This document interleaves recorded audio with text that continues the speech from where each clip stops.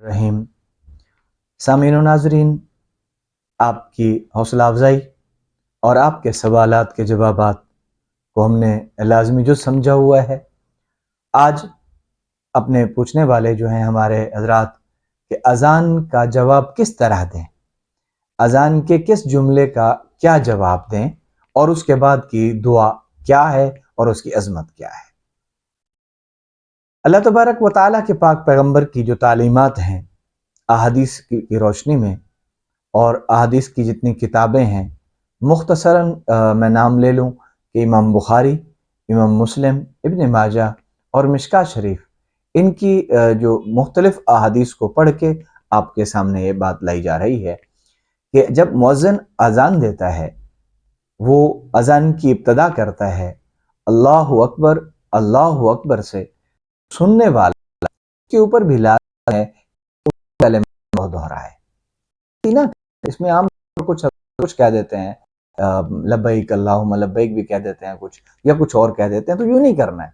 हमने उन्हीं अल्फाज को हदीस के मुताबिक जो मुअज्जिन अदा कर रहा है, सुनने वाले ने भी वही अल्फाज दोहराने हैं कि अल्लाहु अकबर के जवाब में अल्लाहु अकबर ही कहना है। और फिर मुअज्जिन जब कहेगा अशहदु अल्ला इलाहा इल्लल्लाह, तो सुनने वाला भी कहेगा अशहदु अल्ला इलाहा इल्लल्लाह। और इसी तरह 2 मरतबा जवाब देने के बाद फिर अशहदु अन्ना मुहम्मदुर रसूलुल्लाह, जब मुअज्जिन ये कहे तो इसके जवाब में इन्हीं कलिमात को दोहराना है। आमतौर पर हजरात जो हैं दरूद शरीफ पढ़ लेते हैं और इसको काफ़ी समझ लेते हैं, यूँ नहीं है कि इन्हीं कलिमात को आपने दोहराना है हर हाल में कि अशहदु अन्ना मुहम्मदुर रसूलुल्लाह। फिर जब मुअज्जिन हय्या अलस सलाह कहेंगे तो सुनने वाले पे लाजिम है अहादीस के मुताबिक कि वो जवाब में हय्या अलस सलाह ना कहे, बल्कि ला हौला वला कुव्वता इल्ला बिल्लाहिल अलिय्यिल अज़ीम पढ़े। इसी तरह जब मुअज्जिन हय्या अलल फलाह कहे तो सुनने वाला ला हौला वला कुव्वता इल्ला बिल्लाहिल अलिय्यिल अज़ीम कहे, न कि हय्या अलल फलाह। और इसी तरह फिर जब मुअज्जिन फिर तकबीर कहे, ऐलान करे, अल्लाह की बड़ाई का ऐलान करे, अल्लाहु अकबर कहे, तो सुनने वाला भी उन्हीं कलिमात को दोहराए, यानी अल्लाहु अकबर। फिर ला इलाहा इल्लल्लाह जब मुअज्जिन कहे तो सुनने वाला भी ला इलाहा इल्लल्लाह कहे।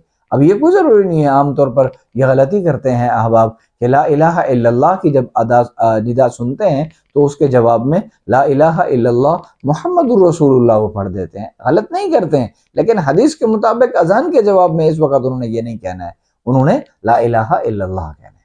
अब जब हमने ये सारी की सारी निदा सुनी, मुअज्जिन के अल्फाज सुने और जवाब दे दिया, अब आगे सुनिए मुस्लिम शरीफ की एक हदीस है। आप सल्लल्लाहु अलैहि वसल्लम ने खुद फरमाया है कि जब तुम में से कोई मुअज्जिन की आवाज़ सुने तो उसके ऊपर फिर लाजिम है कि वो क्या कहे, उन्हीं अल्फाज को दोहराए जो मुअज्जिन कह रहा है।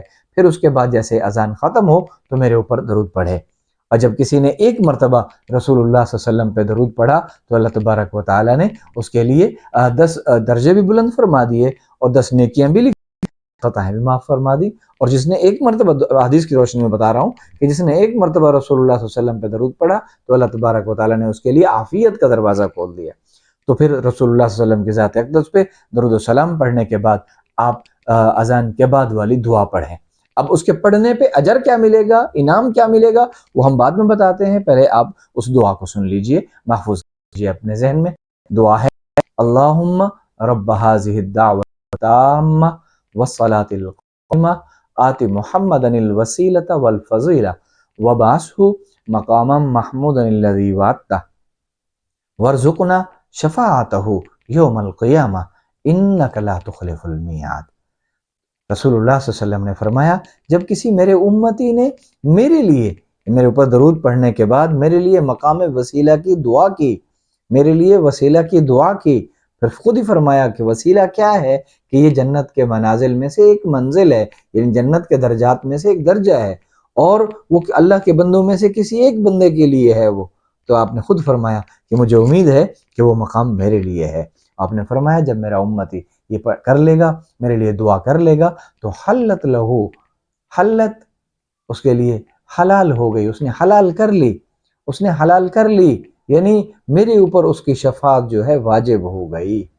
اب یہ کتنا بڑا انعام ہے میرے بھائیوں، جس سے ہم اکثر طور پر محروم ہو جاتے ہیں۔ یہ اللہ تعالیٰ کا کرم ہے ہمارے اوپر کہ ہم جس ملک میں رہ رہے ہیں وہاں اللہ تبارک و تعالیٰ کی شان یہ ہے کہ یہاں اذانوں کی صدائیں ہی صدائیں ہوتی ہیں۔ تو ہم کوشش کریں، اذان کا احترام کریں، خاموشی سے اذان سنیں، اس کے جواب دیں اور اس کے بعد دعا لازمی پڑھیں۔ وآخر دعوانا ان الحمد للہ رب العالمین۔